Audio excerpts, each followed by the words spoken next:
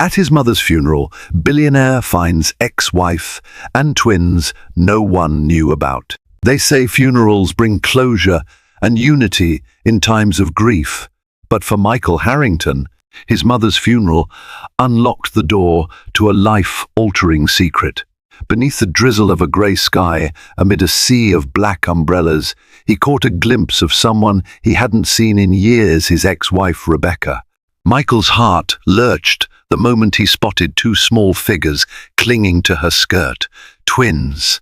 The disquieting realization struck him like a bolt of lightning. He had children no one had told him about. In that silent graveyard, as the rain mixed with tears, an extraordinary drama began to unfold. The day of Cecilia Harrington's funeral was as gloomy as her death had been abrupt. Thick clouds hovered in the sky like an omen, blocking out any hint of sunlight. Gusts of wind rustled the ancient oaks around the old family chapel in upstate New York. The Harrington estate stretched for acres, rolling lawns, and meticulously pruned hedges that had once made the family's name synonymous with wealth and timeless grace. Michael Harrington, now 35, stood under a wide black umbrella near the gnarled roots of a willow tree not far from the chapel's entrance. Dressed in a tailored black suit, he still appeared every inch the confident millionaire entrepreneur he had become over the past decade. His broad shoulders and tall frame drew the notice of everyone around, but his normally resolute eyes were now tinged with sorrow and a hint of regret. Michael stared at the coffin, draped in white lilies, his mother's favorite flowers. He was exhausted, not just from the past nights of weeping in solitude, but from the overwhelming burden of guilt he felt for not spending more time with her. Business deals in Tokyo, board meetings in London, philanthropic galas in Los Angeles. He had spent his life on airplanes and in five-star hotels, all to expand the Harrington empire. But the last time he'd truly sat down and talked to his mother was 3 months ago, and even that had been a rushed phone call. Now it was too late. The simple hush inside the chapel had been broken only by the solemn notes of the organ. Then came the eulogy from her dear friend, Evelyn Carter, a name well known among the city's old aristocratic circles. Evelyn's trembling voice cracked when she recalled Cecilia's gracious spirit and her unyielding love for her only son. Michael wasn't sure if his mother had fully approved of everything he did, but he knew she had loved him fiercely. That love was etched in every corner of the Harrington estate, especially in the nursery upstairs where she had read him stories of knights and kings, planting the seed of ambition that had grown into unstoppable drive. His mother's casket was lowered into the ground. Family acquaintances, socialites, and a medley of local dignitaries offered polite nods and condolences. Black dresses and austere suits blended with the dreary weather, forming a living painting of grief. Suddenly, a woman's figure stood out in the corner of his vision. Her hair was the same deep chestnut color Michael remembered from a decade prior. Her posture was stiff, as if trying to remain inconspicuous. But as soon as she realized she was being watched, the protective angle of her chin gave her away. It was Rebecca. Her presence jolted him with a surge of conflicting emotions: surprise, confusion, and a trace of bitterness for all the unresolved feelings their abrupt divorce had left behind. He had not seen or spoken to Rebecca since the day they signed the final paperwork. Michael's mother had never spoken kindly of Rebecca. In fact, Cecilia had been downright critical. She had once told Michael that Rebecca was not Harrington material, which had led to countless arguments. But now, at his mother's funeral, why was Rebecca here? What possible reason could she have for showing up after so many years? Michael swallowed a hard lump in his throat and began walking toward her. Then he noticed something that made his heart freeze. 2 children stood beside Rebecca. They were about 7 or 8 years old. A boy and a girl, their hair a shade lighter than hers. though the boy had hazel eyes that struck Michael like a lightning bolt of recognition. They were his eyes, or so it seemed in that startling instant. He approached, each step feeling heavier than the last. The damp grass squished under his polished shoes. Rebecca tensed, as though she couldn't decide whether to slip away quietly or stand her ground. She clutched the children's hands protectively. "Rebecca," Michael said, his voice barely above a whisper, "what are you doing here?" She looked up at him with large, hesitant brown eyes. The children at her side clutched her skirt, seemingly frightened of the tall stranger. Rebecca's lips parted, but no sound emerged at first. Then, after a short, uncomfortable pause, she managed, "Michael, I'm sorry for your loss. I know how much your mother meant to you." His thoughts swirled like a hurricane. He remembered the day he first met her, the day they eloped in a youthful storm of passion, and the painful day they parted. So many words, so many memories they had never sorted through. And now there were these children, twins. The realization that he might be looking at his own offspring caused Michael's pulse to hammer against his ribcage. The boy glanced up at him, curiosity illuminating his face. The girl stuck close to her mother, half hidden behind the folds of Rebecca's black coat. Michael took a deep breath, fighting the tremor in his voice. "Rebecca, are these?" Rebecca nodded, a flicker of shame and desperation in her gaze. "I wanted to tell you so many times. But there were complications." "Complications?" he echoed, feeling his world tilt dangerously. She looked down at the children and drew them closer. "Michael, meet Christopher and Cecilia." The mention of his mother's name on the little girl nearly undid him. He felt dizzy, almost light-headed. The raw intensity of the moment was overwhelming. He had come to bury his mother, and instead he had unearthed an entire life that had been hidden from him. They ended up inside the chapel after most of the mourners had drifted away. The twin siblings, Christopher and Cecilia, had run outside to catch the last few petals falling from a rose tree near the cemetery, supervised by an elderly family friend who had offered to watch them for a few minutes. Rebecca and Michael found themselves standing in a quiet pew, the echoes of footsteps and whispered prayers long gone.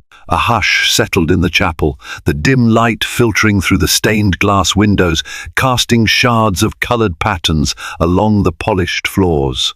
A faint smell of incense lingered, a final tribute to the ceremony that had just taken place. Rebecca was the first to break the silence. "I'm sorry," she said, rubbing her arms as if she felt an unseasonable chill. "I know that word means little now, but I am. I never meant to cause you this kind of pain." Michael studied her face carefully. The years had been kind to her, features her cheekbones were more defined. Her eyes still held that spark of quiet intelligence, but there was a subdued sadness that had not been there before. "A letter would have sufficed," Michael said, surprise lacing his words. "A single phone call, anything, Rebecca. Why didn't you tell me I had children?" She took a deep breath, her gaze wandering to the altar, covered in white lilies, Cecilia Harrington's favorite. "Your mother intervened," she finally said. "I tried to reach out after the divorce. I wrote to you, but each time your mother intercepted my attempts. She told me you didn't want anything to do with me or the baby I was carrying." Rage and disbelief coiled inside Michael like a snake. "Are you saying my mother knew about them? That she kept it from me?" Rebecca nodded. "I suspect she loved you too much in her own way, and she thought I wasn't right for you. She offered me money if I'd just disappear, move to another state, start fresh, and never contact you again." 1,000 thoughts exploded in Michael's mind. His mother had always been protective, borderline controlling. As a child, he had admired how she held the family together after his father's death. As an adult, he'd found her guidance stifling. Still, the notion that she had orchestrated this kind of deception ripped open old wounds and created new ones in the process. He recalled a time when, immediately after the divorce, his mother seemed unusually relieved. She had insisted he focus on rebuilding his life. He'd buried himself in the family business, traveling internationally, forging new alliances, driven by heartbreak and ambition. Not once had he received a letter, a phone call, nothing to suggest a pregnancy, let alone twins. "Why didn't you fight back?" Michael said, his voice laced with bitterness. "You know I would have been on your side." Rebecca's eyes flashed with a mixture of sorrow and pride. "You have no idea how intimidating your mother could be. I was young, alone, and afraid. She threatened to take the baby away from me if I came near you again. She claimed she had top-notch lawyers who could label me an unfit mother. I didn't have the means or the support to fight her. And I honestly believed, for a while, that maybe you didn't want me or our child." Michael leaned against the pew, struggling to catch his breath. He thought of the inheritance, the estate, the privileged life he'd always known. His mother had always told him he was the chosen Harrington heir, destined to carry on their legacy. She'd been fierce in her protection, too fierce, as he was discovering. He raked a hand through his hair. "So you've been raising them alone all this time?" Rebecca's eyes brimmed with unshed tears. "I've had help from friends, people who cared. I named our daughter Cecilia because, despite everything, your mother's strength was something I didn't want to erase from our children's heritage." A swirl of conflicting emotions nearly paralyzed him. Anger toward his mother, sympathy for Rebecca, guilt for letting all these years pass without knowing he had children. Questions poured into his mind like a raging river. Had the twins wondered about their father? Did they resent him for not being there? Could he fix this damage now, after so long? Just then, the chapel's heavy door creaked, and little Cecilia and Christopher appeared with the family friend. The children hesitated at the threshold, as if sensing the gravity of the adult conversation. The old friend gently nudged them forward, and they walked in cautiously. Michael stood up straight. He managed a small, tentative smile at the children. "Hey!" he said awkwardly, unsure if it was normal to introduce himself to his own kids like strangers. "I'm Michael." Christopher looked him over, an inquisitive gleam in his hazel eyes. "Are you Mummy's friend?" Rebecca bit her lip, tears threatening to spill over. "He's your father," she whispered gently. The two children exchanged glances, their expressions a blend of curiosity and apprehension. Michael fought the tightness in his chest and took a step closer. "I'm sorry it took so long for us to meet," he said, voice cracking. "There's a lot I want to tell you." As the children stepped closer, confusion lingered in their eyes, but neither retreated. In that moment, Michael realized something profound. No matter how furious he was at his mother's betrayal, these young hearts needed him. His mother's funeral might have been a day of heartbreak, but it was also the day he discovered the most unexpected gift of all, a chance to be a father. The Harrington family lawyer, Jonathan Pierce, convened the official reading of Cecilia Harrington's will 2 days later. It took place in the estate's formal library, an elegant room lined with ancient tomes and crowned by an antique chandelier that bathed the space in golden light. Often, such readings were a mere formality, but given the unusual events of the funeral and recent revelations, Michael was on edge. Michael stood near the tall windows, looking out at the manicured gardens outside. Rebecca waited in a corner chair, the twins seated politely on either side of her. They stared in silent wonder at the high ceilings and meticulously arranged shelves of century-old novels. Although it felt odd, Michael had insisted that Rebecca and the children stay on the estate until the reading was complete. Part of him wanted them close. He needed time with his children, time to piece together the lost years. Another part worried about what secret bombshells might be hidden in his mother's final instructions.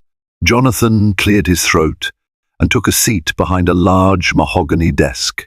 He shuffled through a stack of papers with quiet efficiency. His calm demeanor was well known in high society circles. A short, graying man in his late 50s, Jonathan had handled Harrington legal matters for decades. He had also been a close confidant of Cecilia's, which made Michael uncertain about his loyalties. "Thank you all for coming," Jonathan began, adjusting his reading glasses. "We gather here to honor the last will and testament of Miss S. Cecilia Harrington." Michael inhaled slowly, noting the tension in the room. Even the children sensed something unusual, their eyes flitting between Jonathan and the rows of law books behind him.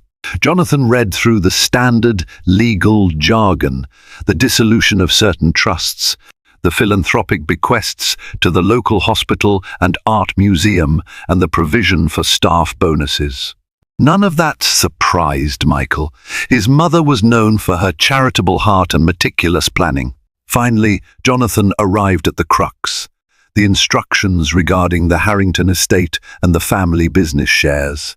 He took a moment to verify the page before proceeding. "Miss S. Harrington bequeaths the majority of her estate, including the Harrington mansion, to her son, Michael Harrington, on the condition he adheres to certain stipulations that will be detailed shortly." Michael stiffened. Conditions? He'd half expected something of this sort. His mother thrived on control. He clenched his fists, bracing for whatever ultimatum she had left behind. "But before I articulate the conditions," Jonathan added carefully, "there is another matter." He looked up from the papers, his gaze flickering toward the twins. Miss S. Harrington had prepared an addendum upon discovering the existence of Christopher and Cecilia Harrington. Rebecca's mouth dropped open in surprise. Michael's heart hammered. He swallowed hard. "She knew about them?" he asked, though he already suspected the answer. Jonathan nodded solemnly. "Yes. She included an additional provision specifying that if the children are, in fact, Michael's biological children, they are to inherit a significant portion of her personal assets, in trust until they reach the age of 21. Rebecca let out a small gasp. The children, unaware of the gravity, looked around curiously, bored by the grown-up talk. Michael felt a strange mix of relief and resentment. On one hand, it confirmed that even after driving Rebecca away, his mother had made arrangements for the children. On the other, it was galling to think she had orchestrated their separation, but still kept them in mind for an inheritance. It felt like one final example of his mother's contradictory nature, controlling, yet protective in her own twisted way. Jonathan continued, "Now, to the conditions for Michael's inheritance of the mansion and the controlling shares in Harrington Industries. Miss S. Harrington states, and I quote, 'Michael must demonstrate a stable family life within 1 year of my passing. If he fails to do so, or if he does not marry a suitable partner who can support him in preserving the Harrington legacy, the controlling shares will revert to a family trust overseen by the board of directors.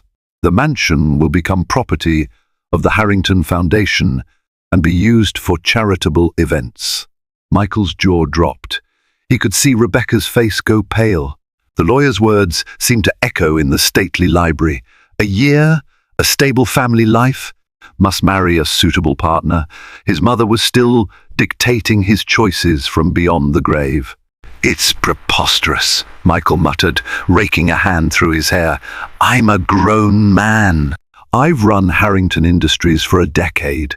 The idea that I need to marry to prove some old-fashioned notion of family stability is insulting." Jonathan nodded sympathetically.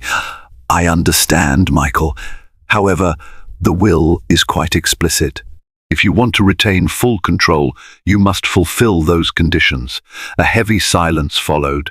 Michael's gaze flickered to Rebecca, who stared at the polished floor, wrestling with her own shock. Then he glanced at the twins, who whispered to each other in that secret sibling language, clueless about the ramifications of their grandmother's final stipulation.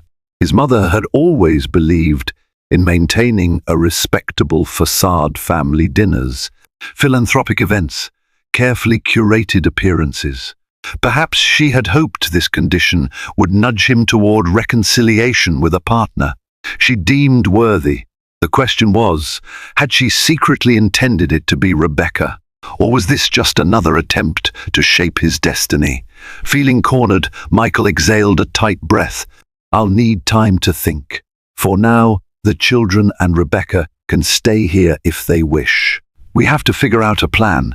Rebecca looked up, her eyes reflecting a storm of emotions, relief, fear, and something else Michael couldn't quite name. I appreciate that, she said softly. Jonathan stood, gathering the papers. I will give you both space to process this. The official documentation will be sent over. Remember, you have 1 year from today's date to either confirm your adherence to these stipulations or forfeit the controlling shares. Michael stared at the polished tabletop. The Harrington empire, built over generations, was now at a crossroads. In a single stroke, Cecilia Harrington had ensured that her son's personal life and business legacy were inseparable. The question that burned in Michael's mind was, had she done it purely out of maternal concern, or was it yet another manipulation to control him even after death? He wished he could ask her, but the chance to confront her died along with her. All that remained were the remnants of betrayal, regret, and one final command from a mother who still cast a long shadow over his life. Over the next few days, the Harrington mansion felt like a cross between a lavish hotel and an emotional battlefield. Rebecca and the twins were given a spacious suite in the East Wing rooms, once reserved for visiting dignitaries in decades past. Plush carpets and intricate tapestries lined every corridor, silent witnesses to the legacy of generations of Harringtons who had passed through these halls. For the children, the mansion was an exhilarating maze. Christopher and Cecilia roamed the corridors under the watchful eye of a hired caretaker, wide-eyed and fascinated by secret nooks, hidden staircases, and antique portraits of stern-faced ancestors. They giggled when they discovered the old music room with its grand piano, or when they stumbled upon an attic filled with dusty trunks and forgotten heirlooms. Their excitement offered a bright counterpoint to the adult tensions simmering beneath the surface. Michael, for his part, spent much of his time in the estate's private office. Stacks of paperwork loomed over the mahogany desk, corporate contracts, legal documents, and a flurry of messages from the Harrington Industries Board. Word had spread that the will reading had introduced unique complications. Board members were eager for clarity, pushing Michael to confirm his intentions. But how could he confirm anything when his world had just spun off its axis? He had new responsibilities as a father, a near impossible condition to fulfill for his inheritance, and a complicated history with Rebecca that felt like an open wound every time he saw her. They had tried to talk. One night, after the twins were in bed, Michael and Rebecca had ventured onto the balcony overlooking the moonlit gardens. Fireflies winked in the darkness, and a soft breeze carried the fragrance of summer jasmine. It should have been romantic, or at least peaceful, but an awkward tension hovered between them. "Thank you for letting us stay here," Rebecca said, arms crossed, her gaze fixed on the tree line. "We would have gone to a hotel, but the children love the open space." Michael leaned on the ornate railing. "They should. This is part of their heritage, after all." He paused, as if uncertain. How are they holding up? This is all a lot to take in. She brushed back a stray hair. "Kids adapt faster than we think. They're more curious about you than they are about the mansion. They've been asking questions: what you like to eat, what sports you watch, if you read bedtime stories." A pang of guilt shot through him. He wanted to be the father they'd always imagined, but he was woefully unprepared. All his life, he had managed corporate crises and negotiated multi-million-dollar deals, but the simple act of tucking his kids in at night felt daunting. He hesitated, then cleared his throat. "I'd like to, if it's okay with you, start spending time with them. I'm not sure how to do this, but I want them to know I'm here." Rebecca's face softened. "That's all they need, Michael. Just your willingness." They stood there in silence for a moment, the distance between them still palpable. After a moment, she looked away, her voice quieter. "And what about us? I mean, we have a lot to unpack." Michael sighed, feeling the weight of years of unanswered questions. "I don't know, Rebecca. There's so much I don't understand about what happened. But for now, let's focus on the kids, and we'll figure out the rest as we go." She nodded, blinking away tears. "All right." Despite that tentative agreement, navigating the same house proved challenging. Old arguments returned in subtle ways, the differences in their upbringing, the blame for the divorce, the overshadowing hand of Cecilia Harrington. Michael found himself trying to reason with ghosts more than with Rebecca. The knowledge that his mother had manipulated the situation only made it harder to know what was real between them. Meanwhile, the year-long clock was ticking. Michael's phone buzzed incessantly with calls from the Harrington board. Several board members insisted on a meeting at the estate. They needed reassurance that his personal crisis wouldn't destabilize the company. Michael knew they saw him as a figurehead, an extension of Harrington power. If he failed to secure ownership, the shares would be up for grabs, plunging the company into potential turmoil. One morning, John Smith, an old friend and a minor shareholder in the company, visited. John was the only one on the board who openly sided with Michael. A small man with sharp blue eyes and a comforting presence, he arrived to discuss strategy. They met in the estate's drawing room, old oil paintings lining the walls. "This is a delicate matter," John began, sipping the coffee the butler had served. "The board is worried about rumors. We need a clear plan, especially regarding your personal situation. Cecilia's conditions are no secret." Michael rubbed his temples. "I know, but this is my life, not just a business move." John gave a sympathetic nod. "Of course, but you also know how cutthroat the business world can be. If the shares revert to the trust, other board members may try to wrest control and oust you from day-to-day operations." Michael ground his teeth. "So I'm supposed to just marry someone to satisfy a clause in a will?" John hesitated. "I won't pretend it's fair, but these are the facts. And, well, people are talking. They're saying you might reconnect with your ex-wife, that it's more than a coincidence she showed up with twins right when you inherited the estate." Michael's eyebrows shot up. "Are they insinuating that this was planned?" John shrugged. "Stories run wild in high society." Rebecca's sudden reappearance at this exact time raises eyebrows. "People love a scandal, Michael. You need to handle the optics." Fury churned in Michael's gut. Rebecca's arrival had been anything but strategic. On her part, it had clearly cost her a lot of courage to show up. And yet, the rumor mill was churning at full speed. He sighed, leaning back. "What if, just hypothetically, I do consider reconciling with Rebecca?" John raised an eyebrow. "You'd meet the will's condition if you married her. But is that what you truly want?" Michael stared at the elaborate ceiling molding, its fleur-de-lis designs reminding him of his mother's taste for the ornate. "I have no idea," he admitted softly. "I barely know my children. Rebecca and I haven't resolved our past. It feels like a twisted form of blackmail, even if it's from my own mother's grave." John let out a breath. "Take your time, but don't take too long. The board won't stay patient forever." After he left, Michael lingered in the drawing room. He pictured his mother, refined and formidable, seated in the high-backed armchair, orchestrating everything from behind the scenes. She had always wanted him to settle down with a family that mirrored the Harrington ideals. She'd never approved of a quick elopement in Vegas with Rebecca all those years ago. Now, ironically, her final condition might push him back into that very same relationship or risk losing everything he'd worked to maintain. But was that what Cecilia Harrington had intended all along? Another wave of questions battered him, leaving him feeling cornered and uncertain. Only one thing was clear: he had a year to navigate this emotional storm, learn how to be a father, and make a monumental decision about his future. The stakes had never been higher.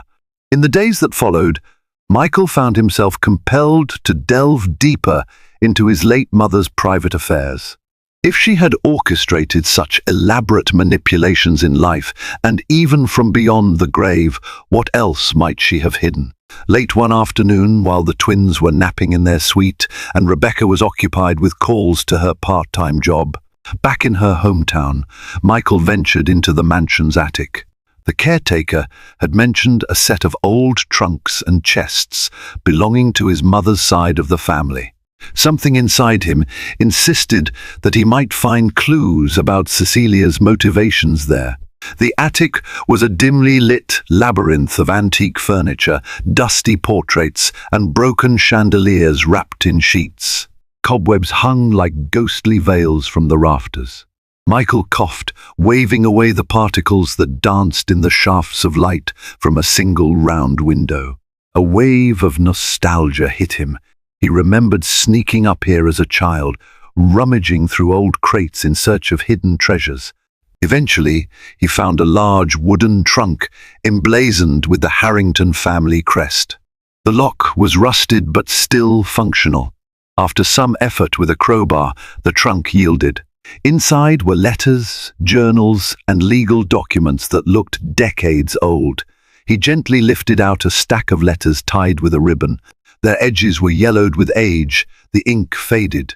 The top letter was addressed to his mother, postmarked from somewhere in Massachusetts. Curious, Michael read the letter. It was from Anne Richardson, an old friend of Cecilia's he vaguely recalled meeting once at a dinner party many years ago. The letter detailed a secret about another relative who had been cut off from the family due to a scandal. It was typical old money drama, the kind that made the Harrington name so shrouded in mystique. He set the letter aside and leafed through more, eventually stumbling upon a journal with a purple velvet cover. The cursive handwriting was distinctly his mother's. The entries started when she was in her 20s, around the time she met Michael's father. There were notes about social events, family gatherings, small personal observations, but as he flipped through the pages, one passage froze him in place. It was dated 6 months before he married Rebecca. Michael insists on marrying that girl. I see the way he looks at her, and I cannot deny that he loves her, but I cannot let him throw away his future. He's too blind to see the consequences. If only I could protect him from this heartbreak before it destroys him. A chill skittered down Michael's spine. He turned the page to read more. I've taken steps to ensure this union won't last. Rebecca is naive. She doesn't know the lengths I can go to. I won't let Michael ruin everything his father and I built with a hasty marriage. His heart hammered against his chest, anger flaring. It wasn't just that his mother disapproved, she had actively plotted to sabotage his marriage. The next entries grew more explicit, mentioning payoffs, threatened lawsuits, and a strategic campaign to portray Rebecca as an unfit spouse. Michael could barely breathe. He read an entry dated 1 year after the wedding. Success. They've separated. Soon I will finalize this by offering Rebecca whatever sum she wants. As long as she vanishes from Michael's life. He slammed the journal shut, tears of betrayal burning at the corners of his eyes. Anger, pain, confusion, they all churned within him. He had known his mother was controlling, but to see it spelled out so coldly was devastating. She had systematically dismantled his marriage, ensuring that he never learned about the twins, or so she believed. He lifted a trembling hand to his forehead, trying to steady himself. Then he noticed something wedged in a corner of the trunk, a sealed envelope with his name on it, in his mother's handwriting. Swallowing hard, he opened it. Inside was a single handwritten letter. My dear Michael, if you are reading this, then I am gone, and you've uncovered at least some of what I've done. You must believe I did everything out of love. I knew Rebecca wasn't ready for this life. I knew the Harrington legacy would consume her. Yes, I intervened, perhaps too harshly. I regret many things, but most of all, I regret that you will hate me for it. I hope one day you'll understand. The fortune, the name, this responsibility can be a burden. Only a strong person can stand beside you. Prove to me you can find that person, or be that person on your own. Then the Harrington empire will be truly secure. I love you always, Mother. The letter slipped from his fingers, drifting onto a dusty floor. His eyes welled with tears, a maelstrom of emotions. She had claimed her actions were out of love, yet she had inflicted unspeakable harm. But the final line seized his attention. Prove to me you can find that person, or be that person on your own. It struck Michael that perhaps his mother's conditions in the will weren't just about forcing him into marriage. Maybe she wanted him to choose for himself, to test him, to see if he could love fiercely and protect those he loved with the same uncompromising spirit. She had shown, however, misguided it was. He wiped his eyes and carefully packed the journal and letters back. His chest felt heavy with the weight of new knowledge. Despite the anger, a thread of empathy coursed through him. His mother had been both protective and destructive, a woman so consumed by the Harrington legacy that she had believed her manipulations justified. Taking a deep breath, Michael descended the attic stairs. The time for running from these truths was over. He would have to face Rebecca, the twins, and the board with honesty, but also with a renewed determination. If his mother's final lesson was to test his resolve, then he would pass that test on his own terms. The next few weeks saw Michael attempting to connect with Christopher and Cecilia in earnest. He was no parenting expert, but he approached the task with the same dedication he had once reserved for billion-dollar business deals. Every day, he cleared a few hours from his schedule to spend with them, taking them around the estate's garden, riding bicycles along the paved paths, or playing catch on the expansive lawn. Initially, the twins were shy. Cecilia, the quieter of the two, often hid behind her mother or stuck close to her brother. Christopher, on the other hand, displayed a curious boldness. He'd ask Michael endless questions about his job, about the airplanes he took, about why the Harrington mansion was so big. Bit by bit, that openness melted the initial barrier, and both kids began to warm up to him. One sunny afternoon, Michael decided to teach them how to fish in the estate's private pond. Armed with rods and a small tackle box, they settled near the water's edge. A light breeze rippled the pond's surface, the willow trees swaying gently. "This is boring," Christopher moaned after the first 10 minutes. Cecilia rolled her eyes at her brother, but she too looked slightly restless. Michael grinned. "Give it a chance. Fishing requires patience." He tossed the line expertly, recalling how his father had once taught him the same skill in this very pond. It felt surreal to stand in his father's place, guiding his own children. A pang of nostalgia made him swallow hard, but he shook it off. Rebecca watched from a short distance away, reading a book on a blanket under a tree, occasionally glancing up to observe them. Since Michael's discovery of his mother's journal, a fragile truce had formed between them. They still hadn't delved into the darkest depths of their past, but they were civil, united in giving the twins some sense of normalcy. Time crawled pleasantly by the pond. Eventually, Christopher let out an excited yelp. He had caught a small fish, wriggling frantically at the end of his line. Cecilia laughed and jumped to her feet, cheering him on. Michael knelt beside them, helping Christopher gently unhook the fish and then release it back into the water. "That was awesome," Christopher said, beaming. Cecilia clapped in delight. Their smiles lit up Michael's heart in a way he hadn't anticipated. It was such a simple joy, yet it meant everything. Later, they gathered their gear and trudged back to the mansion. The children raced ahead, their laughter echoing across the manicured lawn. Rebecca fell into step beside Michael. She looked at the kids, then turned to Michael with a warm smile.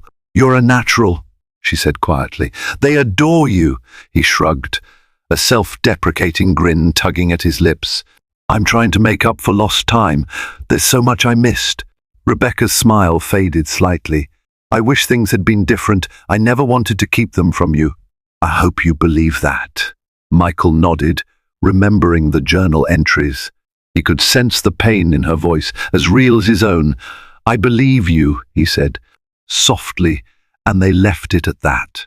That evening, Michael found himself in the twins' bedroom, a pastel-colored space that had once been a guest room. Now it was transformed with scattered toys and children's books. The kids insisted he read them a bedtime story. Christopher chose a tale about a brave knight rescuing his family from a dragon, while Cecilia opted for a whimsical story of a princess exploring magical lands. They compromised on reading one short story each. With the lights dimmed, Michael read aloud, his voice attempting different accents for the characters. The children giggled, enthralled by their father's performance. Rebecca stood by the door, quietly watching the scene with an almost wistful expression. After the stories ended, the twins scooted under the blankets. Christopher yawned, his eyelids fluttering. Cecilia rubbed her eyes sleepily. Michael bent down and kissed their foreheads. It was an impulsive gesture, something he'd never had the chance to do before. "Good night," he whispered, voice thick with emotion. "Sleep well." As he left the room, he noticed Rebecca wiping away a tear. She turned quickly, perhaps embarrassed to be caught in such a vulnerable moment. But Michael understood.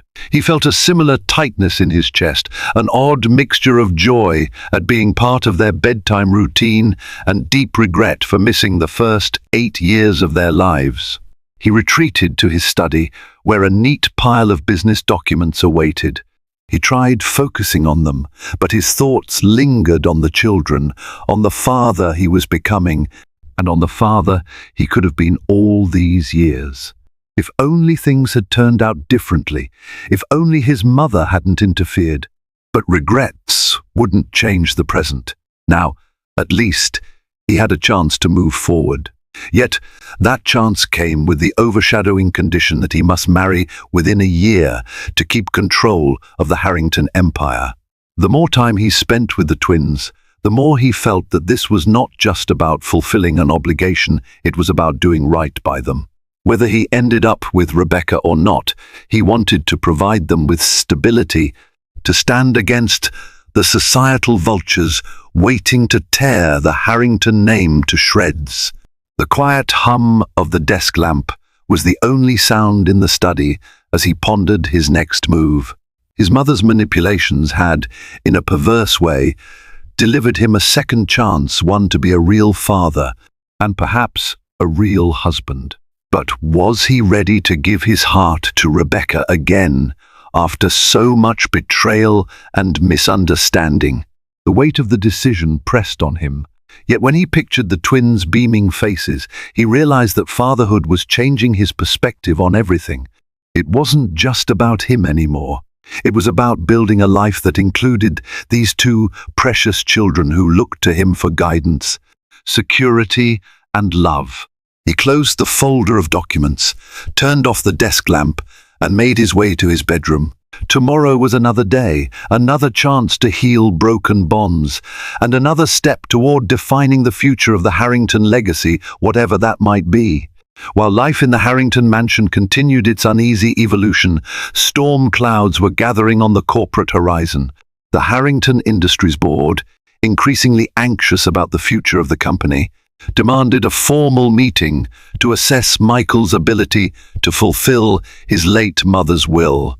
The meeting was scheduled in the main conference room of Harrington Tower, a gleaming skyscraper in downtown Manhattan that symbolized the company's global influence.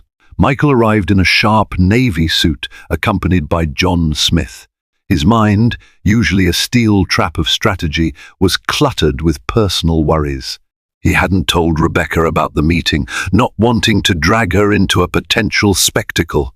He stepped into the mahogany-paneled boardroom, its circular table surrounded by men and women in tailored business attire. Large windows showcased the city's skyline. At the head of the table sat Alistair Morton, a seasoned executive and acting chairman in times of transition. Silver-haired and sharp-featured, Alistair had a reputation for being unsentimental and cunning. Michael took his seat, forcing confidence into his posture.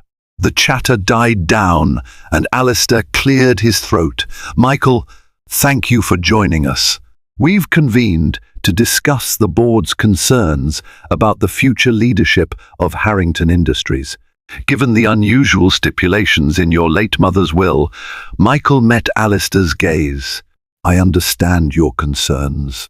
I want to assure everyone here that I'm fully prepared to maintain my position as CEO. My personal life will not interfere with corporate operations." A woman named Genevieve Park, head of the legal department, spoke up.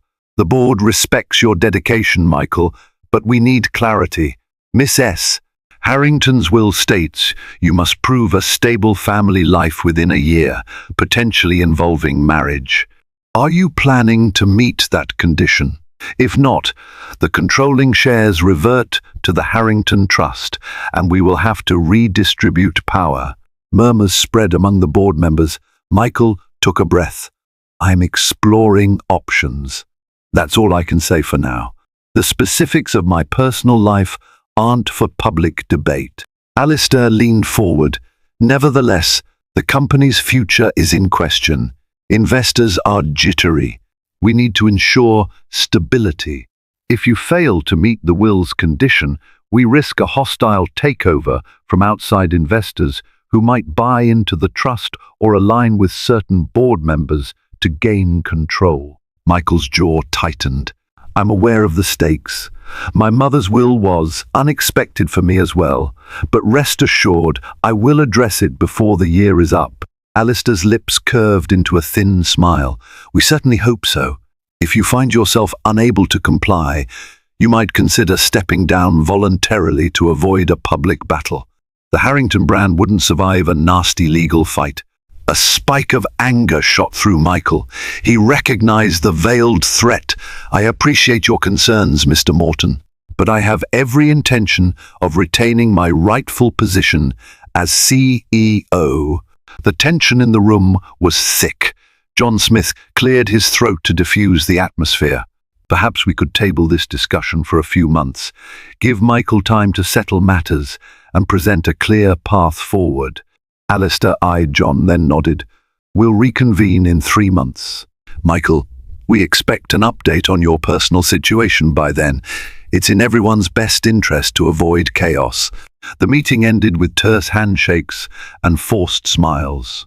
As Michael stepped out into the corridor, John followed, his face etched with concern.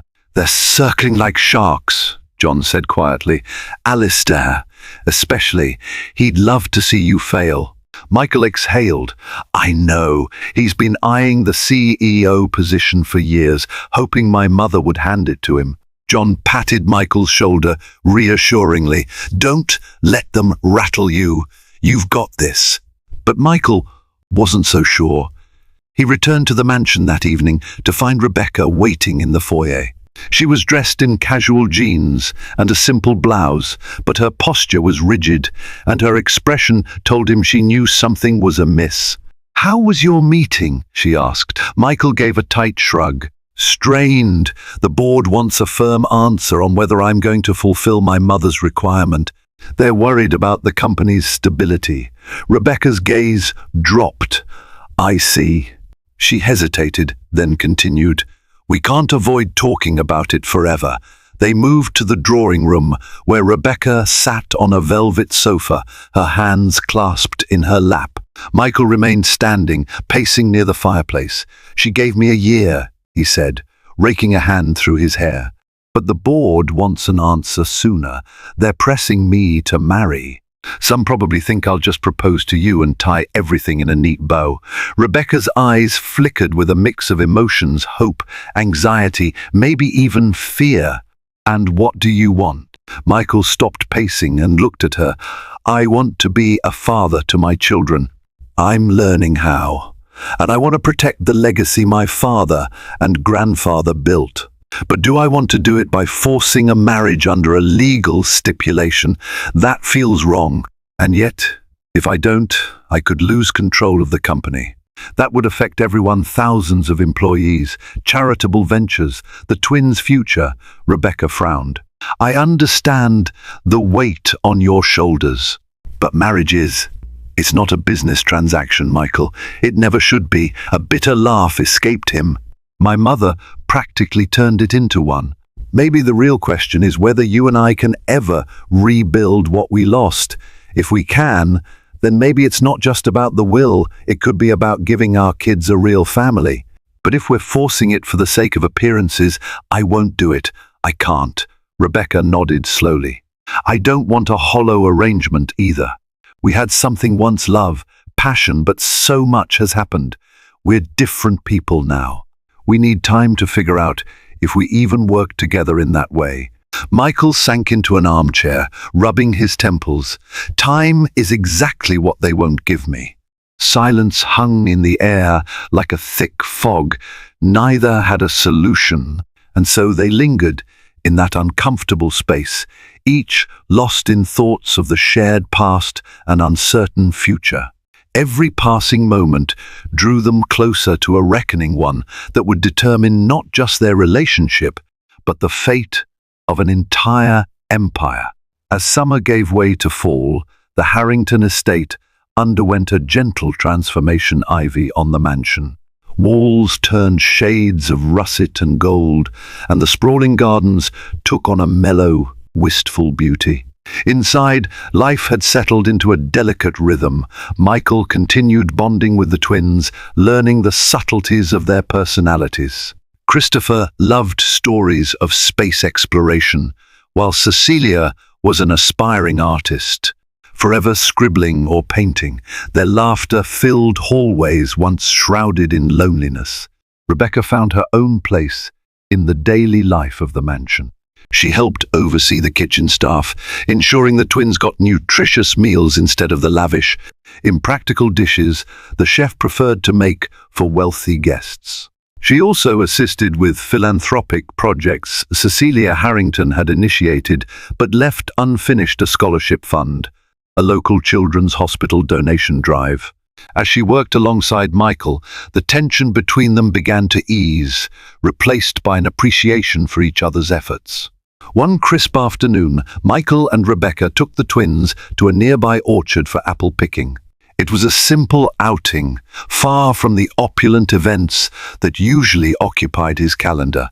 The orchard's sun-dappled paths and rows of apple-laden trees provided a fresh backdrop for a new kind of memory, one of togetherness rather than division. Cecilia insisted on climbing a small ladder to reach the reddest apple she could find. Christopher, not to be outdone, tried to climb a higher branch. Michael steadied him, laughing as the boy wobbled precariously. Rebecca snapped pictures on her phone. For a moment, they looked like any normal, happy family. That evening, back at the estate, the twins fell asleep early, worn out from the fresh air and excitement. In the quiet of the late evening, Michael led Rebecca to a small, private lounge, one rarely used, filled with plush armchairs and soft lighting. A gentle fire crackled in the fireplace. He handed her a mug of hot cocoa, then sat across from her. I haven't thanked you for all you've done, for being here, for letting me be a father to our children. He hesitated, warmth flickering in his eyes, and for giving me a chance to show that I'm not the same man I was. Rebecca sipped her cocoa, eyes meeting his. We were so young back then, and we had so many voices telling us what to do. I didn't realize how much influence your mother had until recently. Michael set his mug down, leaning forward. I found my mother's journal. She wrote about interfering in our relationship, blackmailing you to stay away, even threatening legal action. She convinced me you didn't want to fight for our marriage. Rebecca's eyes grew damp. And she convinced me you turned your back on me and the baby. I was devastated. I tried to protect myself and the twins from more heartbreak. Michael sighed heavily, knowing it was all orchestrated. I'm sorry. I should have tried harder to find the truth. I was so caught up in the corporate world, so resentful that you'd left. I never questioned that maybe she'd forced you out. She reached for his hand. What's done is done, but we have to decide our next step. The board, the will, everything, it's pulling us in a direction that might not be natural. The question is, do we want to go there because it's right for us, or just to appease everyone else? Michael's thumb stroked the back of her hand. Her touch was warm, familiar, yet new. I don't want to lose the company my father built. But more than that, I don't want to lose what we're rebuilding here. The time I've spent with you and the kids. It's changed me. I want us to be a family again, if that's what you want too. Tears escaped the corners of her eyes. I never stopped loving you, Michael, but love alone might not be enough this time. We have to be sure we can trust each other. That we can work through the trauma of the past. He nodded, voice husky with emotion. Then let's take it one day at a time. We have a year, right? We'll see if we can bridge the gap. If, by the end of that year, we're truly ready to be partners in every sense, then maybe that's the answer to all of this. Rebecca's lips curved into a tentative smile. That sounds like a plan.